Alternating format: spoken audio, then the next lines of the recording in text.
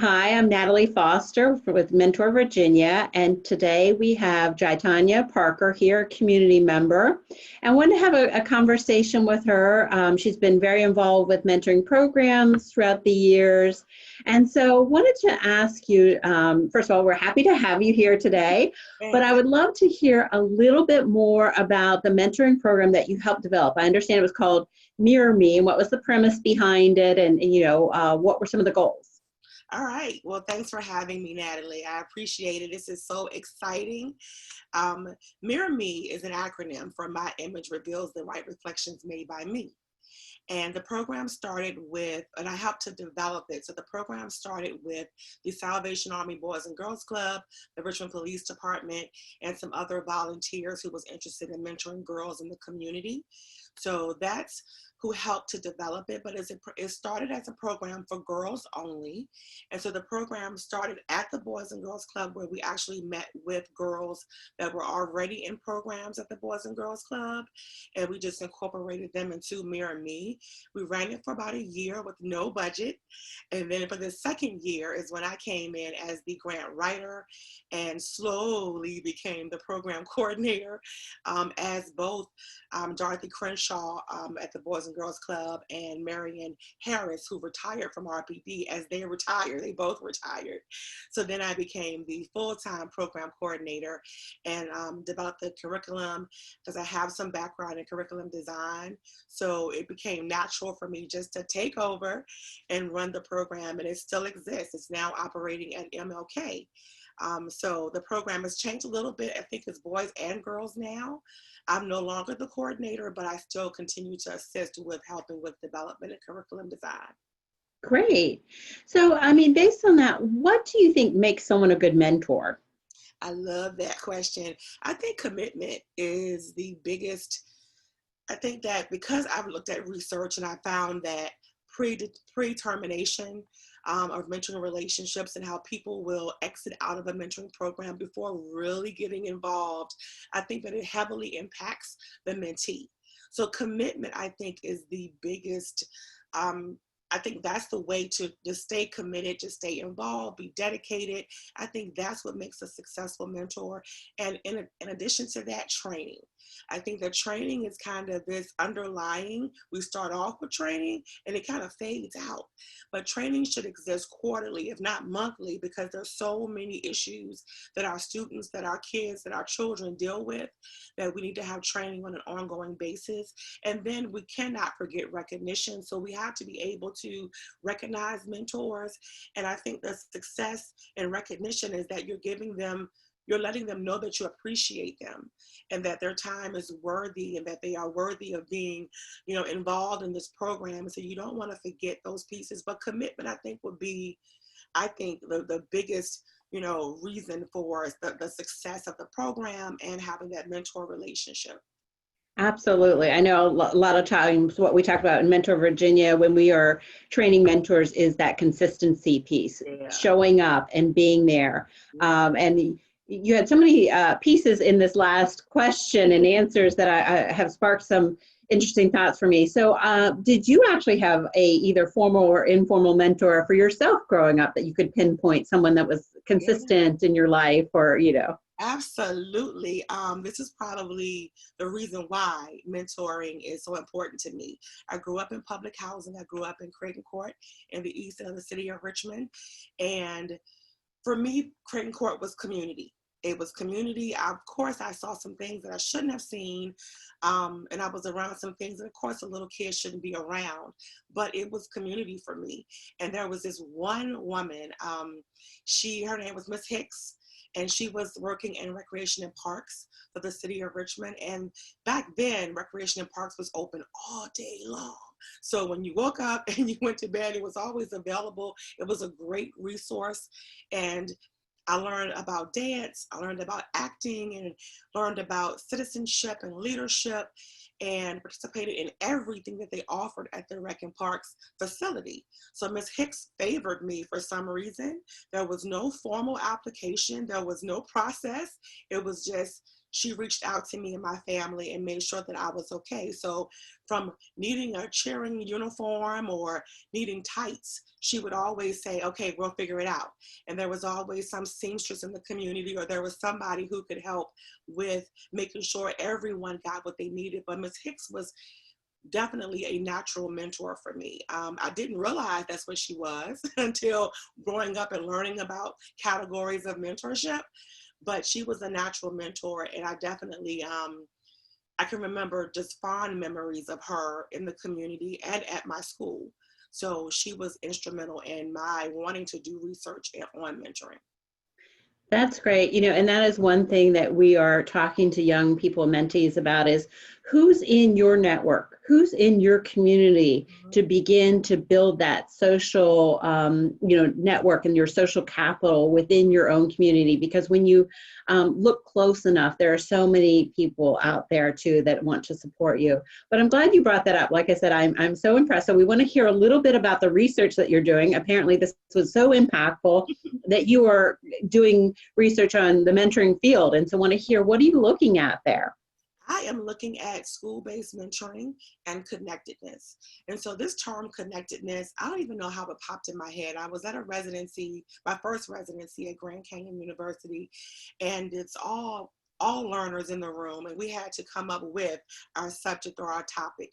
And I knew it would be mentoring, and I knew I wanted to know if it made an impact, if it made a difference. And so the word connectedness appeared, I'm not even sure where it came from, but it appeared. And as I began to look further into the research, I found lots of research on school-based mentoring and connectedness. I saw that there was an actual survey or questionnaire developed by Dr. Michael Karcher about the measurement of adolescent connectedness. I was just surprised that there was such a thing. And I really wanted to know more about, if you're in the mentoring relationship, and then the program as well, how is the young person connecting to you and the program? And so I wanted to know if it made a difference, if you are really leaving the program with those tools and those resources to make you stronger for who you are today and who you will be in the future. So that's kind of how I got into the research part of it. And it's been 6 years. And they said that when you start to see your research again, over and over again, that's when you've looked at everything. And so I'm here. I have seen the research come up over and over again, the same topics and the same researchers. And so I know that I am very much abreast of what's out there, especially on mentorship, especially school-based mentoring.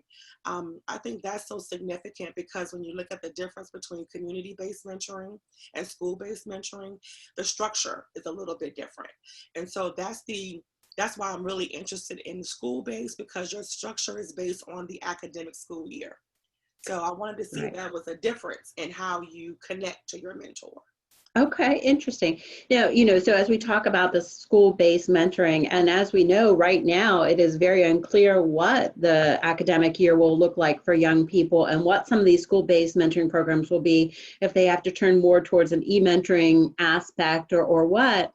And so, my next two questions are kind of wrapping around that a little bit. One, with social distancing potentially, what do you see as the needs of young people for this next academic year as we move into it? What kind of things are we seeing? I think that e-mentoring is important. I think when I even looked up e-mentoring, I didn't see a lot. I think there's still a need to structure it more so that we can really have a strong e-mentoring program. There are some that exist, and I think that some of your academic, more school-based mentoring programs are moving towards e-mentoring now because of social distancing. But I think that the kids really need a weekly check-in, a monthly check-in, a quarterly check-in, because there's so many emotions transitioning from seeing your friends every day to not seeing your friends every day. And being able to connect in ways that maybe a parent may not be able to. But if you have that mentoring relationship and you already are aware of some of the needs of your students, e-mentoring, I think, will continue to establish that relationship, and you can have those ongoing conversations. How do you feel that you're not seeing your friends? How do you feel going back to school? Because believe it or not, some of our kids are really impacted by this. My kid is a middle schooler, and he's perfectly fine with being at home, and was okay with school ending in March. But I realized that there are some kids who may not have the resources at home because the parents have to work and their jobs aren't as flexible. So a mentor would be helpful in filling in that gap. So the needs are just being able to continue your commitment through e-mentoring, seeing your mentor on a Zoom call or in their chat rooms, because kids are so up to date. They're savvy and they know how to talk to you if they need to. Right. So I think that a mentor needs to, of course, be trained on some of those ways to connect with their mentee during this time. Great. Yeah. I mean, like I said, it's just kind of that mental health piece of all of us too, goes back to that connectedness that you were talking about. Mm-hmm. So, the last kind of question I wanted to ask about is, during this time right now, I think we're really looking for youth voice to kind of be at the forefront. And I always say that a mentor should be that guide on the side. And as, there's more about self-advocacy, how can, we support youth voice in mentoring programs right now? But I used to do mentoring in ministry, so faith-based. And one thing that I realized was that around the room, there was all these adults, no kids, no teens, no preteens. The first thing I think about programming and advocacy for teens or preteens or youth in general is to ask teens what they want. So their voice should be included in your programming, in your evaluation, in the training. They should be included in the entire process. And I think that that's where the youth voice comes from, asking them what they want. I think adults are necessary for the training and for the structure and understanding how to get it done. But I think the voice from the youth is about what to include in that curriculum. It's so important to make sure that kids want to participate in the mentoring program, but their voice is necessary to develop that program. I think that our kids have so much to say, but you have to be able to sit there and be committed and listen to what they have to say. And I have a term that I always use called listen with your whole body. I have a background in psychology and counseling. So for me, listening is not just, okay, I'm waiting for you to hurry up, finish what you got to say. I want to hear everything you're saying, from your eye contact to your foot moving to the twitch in your elbow. I want to know exactly how you feel about what's going on in your life. So their voice is so important to development of mentoring programs. I think you can't do it without their voice. I just don't understand how we develop programs for kids and never ask them what they want. Right, exactly. Doesn't make sense to me. Yes, yes, for sure. And I like that where you say, listen with your whole body to really be present and understand what the needs are. So, well, we have enjoyed our time with you, GiTonya. I appreciate just your wisdom and, obviously your lived experiences, the research that you're doing in this field. You are definitely a committed community member supporting and a champion for mentoring. So we appreciate it. Thanks so much. Thank you so much, Natalie. I appreciate you for your time today. Thank you.